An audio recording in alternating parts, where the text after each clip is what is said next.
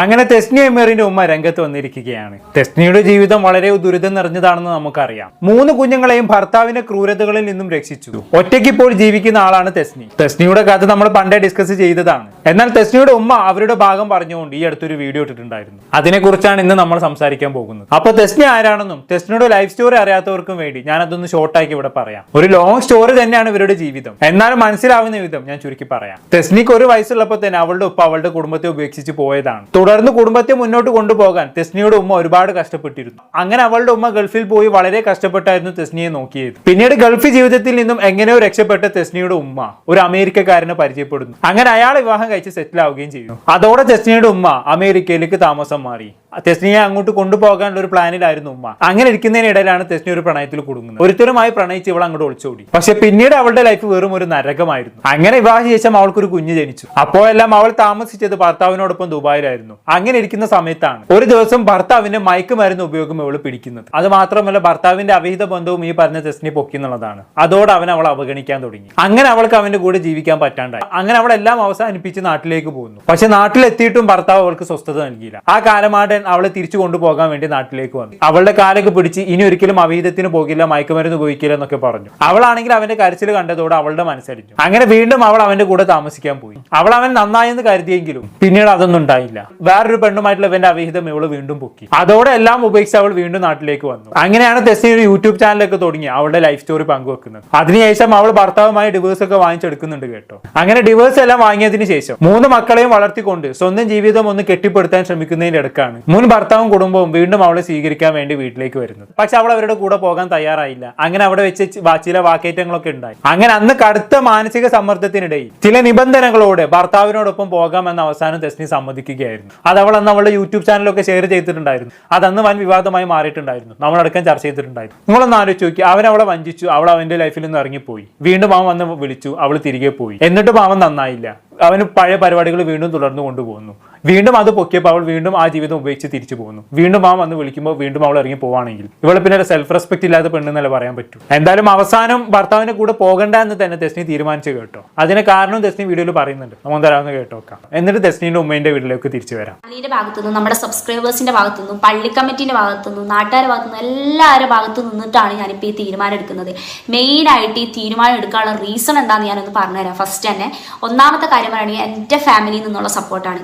നിങ്ങൾക്ക് എല്ലാവർക്കും അറിയാം, ഞാൻ പഠിക്കാൻ പോകുന്നുണ്ട്, ഞാൻ ബിസിനസ് ചെയ്യുന്നുണ്ട്, അതേപോലെ യൂട്യൂബ് മെയിൻറ്റെയിൻ ചെയ്ത് കൊണ്ടുപോകുന്നുണ്ട്. എല്ലാ കാര്യങ്ങളും ഞാൻ ചെയ്യുന്നത്, എനിക്ക് 3 മക്കളാണ്. അപ്പോൾ 3 മക്കളെ മാനേജ് ചെയ്ത് പോകുന്ന സമയത്ത് എനിക്ക് ഇതൊന്നും നോക്കാൻ പറ്റില്ല. അപ്പോൾ എൻ്റെ ഫാമിലി അവരെ നല്ല രീതിയിൽ നോക്കി തരുന്നതുകൊണ്ടാണ് എനിക്കിതൊക്കെ ചെയ്യാൻ പറ്റുന്നത്. അപ്പോൾ ഒന്നാമത്തെ കാര്യം എൻ്റെ ഫാമിലിയിൽ നിന്നുള്ള സപ്പോർട്ട് തന്നെയാണ്.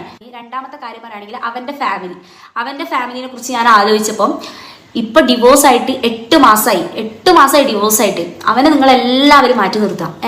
എന്നിട്ട് നിങ്ങൾ ജസ്റ്റ് ഒന്ന് ചിന്തിച്ച് നോക്കുക. ഇപ്പം നമ്മൾ ഒരു കല്യാണം കഴിഞ്ഞ് പ്രശ്നമൊക്കെ ആയി എന്തൊക്കെ പറഞ്ഞാലും എമിറും നൂഹും ഈസയും ജസ്റ്റ് ഒരാൾ വിളിച്ചിട്ട് അവർക്ക് സുഖമാണോ അല്ലെങ്കിൽ അവർക്ക് എന്തെങ്കിലും വേണോ ജസ്റ്റ് ഒന്ന് കാണാൻ വന്നോട്ടെ. നിങ്ങൾക്ക് തന്നെ അറിയാം, ഇപ്പം തന്നെ ഈ പ്രശ്നങ്ങളൊക്കെ കഴിഞ്ഞതിന് ശേഷം അവർ വന്നപ്പോൾ വരെ ഞാൻ അവരോട് വളരെ മാന്യമായിട്ടാണ് ഞാൻ പെരുമാറിയിട്ടുള്ളത്. ഞാൻ ചിരിച്ചോണ്ടാണ് സ്വീകരിച്ചത് എന്ന് ഞാൻ നിങ്ങളോട് പറഞ്ഞിട്ടുണ്ടായിരുന്നു. അപ്പോൾ വളരെ മാന്യമായിട്ടാണ് പെരുമാറിയത്. അപ്പോൾ ഡിവോഴ്സ് ആക്കിയ സമയത്ത് അവരെന്നോട് ചോദിക്കുകയാണ്, തെസ്നി അവൻ ചെയ്ത തെറ്റെന്തോ ആയിക്കോട്ടെ, ഞങ്ങളൊന്ന് പിള്ളേരെ ഒന്ന് കണ്ടോട്ടെ എന്ന് ചോദിച്ചാൽ സത്യമായിട്ടും ഞാൻ പറയുകയാണെങ്കിൽ ഞാൻ കണ്ടോ എന്നേ ഞാൻ പറയുള്ളൂ. കാരണം എനിക്കറിയാം അവരുടെ ഫീലിങ്സ് ഉണ്ടാവും. അതുകൊണ്ട് അവരെ ഫീലിങ്സ് മനസ്സിലാക്കിയിട്ടേ ഞാൻ സംസാരിക്കുള്ളൂ. നിങ്ങൾ വന്ന് കണ്ടോ. പക്ഷെ അവരെ ഭാഗത്തുനിന്ന് അങ്ങനെ ഒരു രീതിയിൽ ഇന്നേ വരെ ഒരാളും എനിക്ക് മെസ്സേജ് അയച്ചിട്ട് എമിറിനെയോ നോഹിനെയോ ഈസേനെയോ ചോദിച്ചിട്ടില്ല. എന്നെ പിന്നെ വിട്. കാരണം എന്താണെന്ന് വെച്ചാൽ എന്നെ അവർക്ക് എന്തായാലും വേണ്ടാത്ത ഒരാളായിരിക്കും. പക്ഷെ ആ പിള്ളേരെങ്കിലും ഒന്ന് വിളിച്ചിട്ടുണ്ടായിരുന്നെങ്കിൽ അവരെ ഫാമിലി ഒരു സപ്പോർട്ട് തന്നെ ചെയ്യുന്നില്ല. അതുകൊണ്ട് പിന്നെ അവർക്ക് വേണ്ടിയിട്ട് ഞാൻ വെറുതെ എന്തിന് എന്നുള്ളൊരു ചോദ്യം എൻ്റെ മനസ്സിലേക്ക് വന്നു.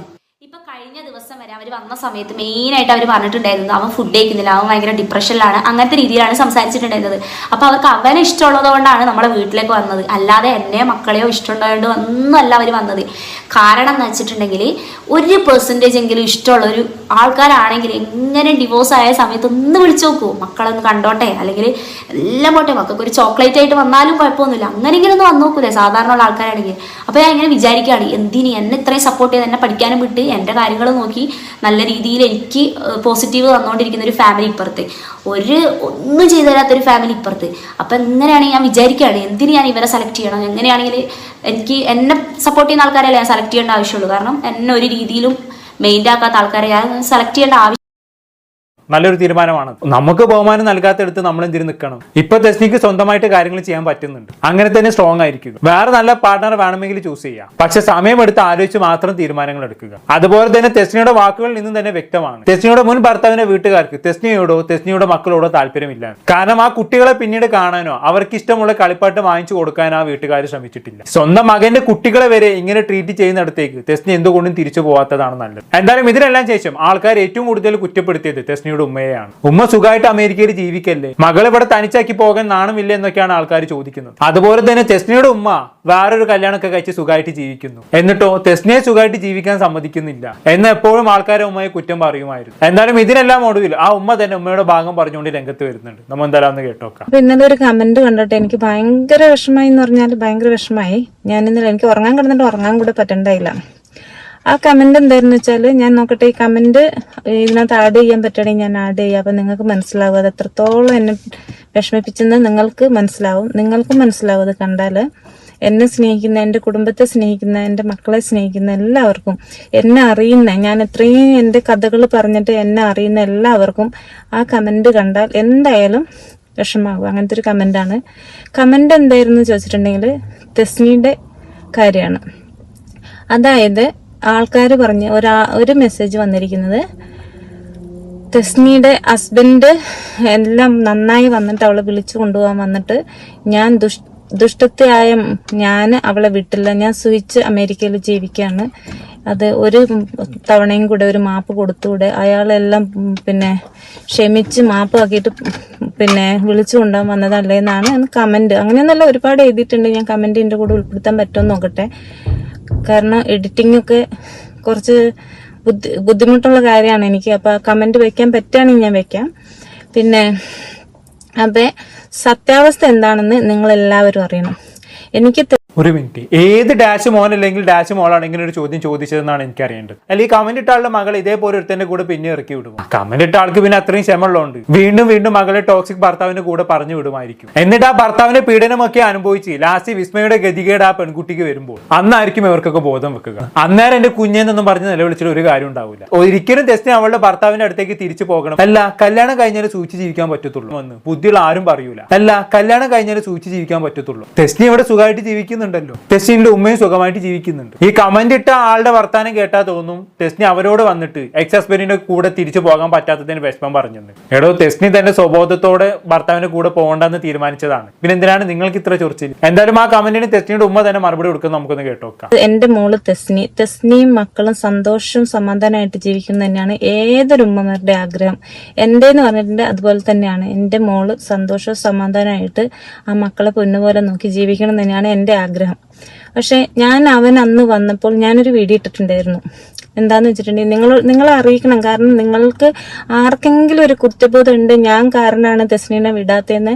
ആ കുറ്റബോധം എനിക്ക് അതിങ്ങനെ നിങ്ങളോട് പറഞ്ഞാലേ നിങ്ങൾക്ക് അറിയാൻ പറ്റുള്ളൂ, സത്യാവസ്ഥ അറിയാൻ പറ്റുള്ളൂ. അപ്പൊ അന്ന് അവര് വന്ന് വീട്ടിൽ നിന്ന് കച്ചറൊക്കെ ഉണ്ടായെന്ന് പറഞ്ഞൊരു വീഡിയോ ഇട്ടിട്ടുണ്ടായി. അവർ നല്ല ആൾക്കാരാണെങ്കിൽ, എനിക്ക് വാപ്പയില്ല, തെസ്നിക്ക് ആങ്ങളമാരില്ല, തെസ്നിക്കും വാപ്പയില്ല, അപ്പൊ എനിക്കും ആങ്ങളമാരില്ല. അപ്പൊ എന്ത് വേണം? എന്റെ ഇത്താടെ മക്കളൊക്കെ വലുതാണ്. എന്റെ സുബിയുടെ മക്കള് അക്കു, റാഫി, 3 ആമക്കളുണ്ട് അവർക്ക്. അതുപോലെ തന്നെ ഞങ്ങൾ എന്ത് കാര്യങ്ങളും ഏൽപ്പിക്കണേ എന്റെ ഉമ്മിച്ചിയുടെ മാമന്മാര്, എന്റെ ഉമ്മിച്ചിയുടെ ആങ്ങളമാര് 3 മാമന്മാരുണ്ട്. അത് 2 മാമന്മാര് ഭയങ്കരമായിട്ട് ഹെൽപ്പുള്ള ആൾക്കാർ. അവരാണ് ഞങ്ങളുടെ എല്ലാ കാര്യങ്ങളും, എന്ത് വീട്ടിലേക്ക് ഫാമിലി ഇഷ്യൂസ് വന്നാലും അവരാണ് ഞങ്ങളെ സഹായിക്കുന്നത്. അപ്പൊ ഈ വീട്ടുകാരും നല്ലവരായിരുന്നെങ്കിൽ എന്റെ ഉമ്മിച്ചിയുടെ ആങ്ങളെയോ അല്ലെങ്കിൽ അക്കൂനെയോ അല്ലെങ്കിൽ റാഫീനെയോ ആരെങ്കിലും വിളിച്ചിട്ട്, അല്ലെങ്കിൽ അവരൊന്നും വിളിക്കണ്ട, അവരോടൊക്കെ ഞങ്ങളുടെ കുടുംബക്കാര്, നമ്മൾ പള്ളിയിൽ നിന്ന് അവര് നിക്കാഹ് കഴിഞ്ഞു കൊടുത്ത ഒരു പള്ളിയുണ്ട് നമ്മുടെ 5 മൈൽ സ്ഥലത്ത്.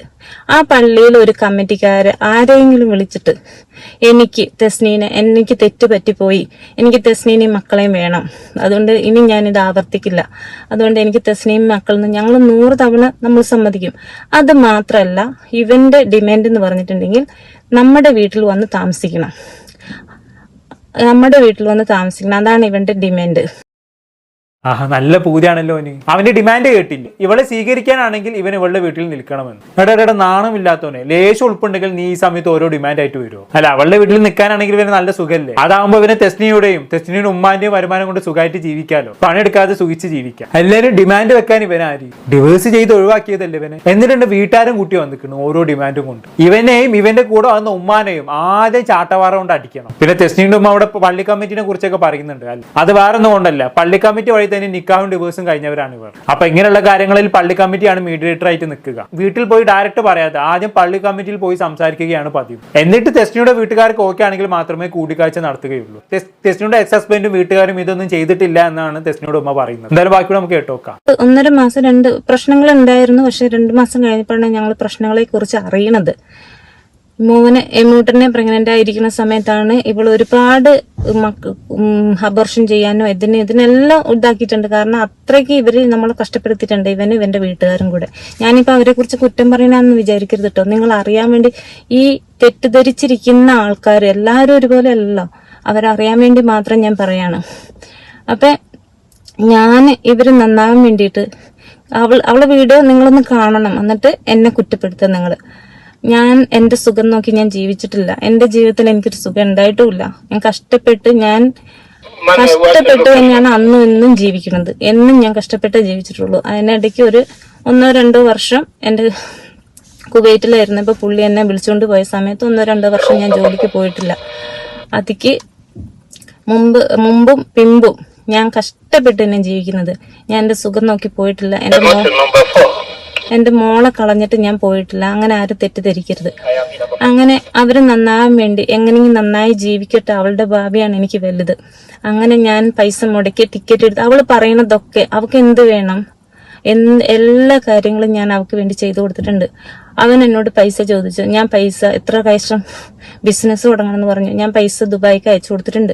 ഇതെല്ലാം ഞാൻ ചെയ്തിട്ടുണ്ട്. ഇതിനൊക്കെ നമുക്ക് അവൻ തന്നിരിക്കുന്ന എനിക്ക് അയച്ച മെസ്സേജുകൾ ഇന്നും എന്റെ ഫോണിലുണ്ട്. ഞാൻ വേണമെങ്കിൽ ആഡ് ചെയ്യാം. നിങ്ങളാണെങ്കിലും നിങ്ങളുടെ മക്കളെ വിടില്ല. എനിക്ക് എന്റെ മോളുടെ ജീവിതം എനിക്ക് നോക്കിയേ പറ്റുള്ളൂ. ആരെന്തൊക്കെ പറഞ്ഞാലും അവൻ നന്നാവുന്ന ഒരു വിശ്വാസം ഉണ്ടെങ്കിൽ ഞാൻ അവളെ വിട്ടേനെ. അവള് 100 വട്ടം ഞാൻ വിടും. ഞാൻ അവൻ നന്നാവുമെന്ന് കരുതിയിട്ടാണ് പൈസ അയച്ചു കൊടുത്തു. ബിസിനസ് തുടങ്ങണം എന്ന് പറഞ്ഞ് പൈസ അയച്ചു കൊടുത്തു. എല്ലാം വീണ്ടും വീണ്ടും വീണ്ടും കൂട്ടി യോജിപ്പിച്ചു. ഇത് 1 തവണയല്ല, 2 തവണയല്ല, 3 തവണയല്ല, 4 തവണത്തോളം അവര് വഴക്കുണ്ടായിട്ട് പിരിഞ്ഞു വന്നിട്ട് ശരിയാക്കി എടുത്തതാണ്. ഇനി 5ാമത് ഇങ്ങനെ ഒരു പെണ്ണ് കേസ് കൂടെ വന്ന് ആ വീഡിയോസ് എന്റെ അടുത്തുണ്ട്. അവളെ എനിക്ക് അയച്ചു തന്നിട്ടുണ്ട്. എന്റെ ഫോണിൽ കിടപ്പുണ്ട് ആ വീഡിയോസ്, ആ പെണ്ണായിട്ടുള്ള വീഡിയോസ്. അതും ഞാൻ കണ്ടു. അവന് എനിക്കിനി വിശ്വാസമില്ല. അതാണ് മെയിൻ.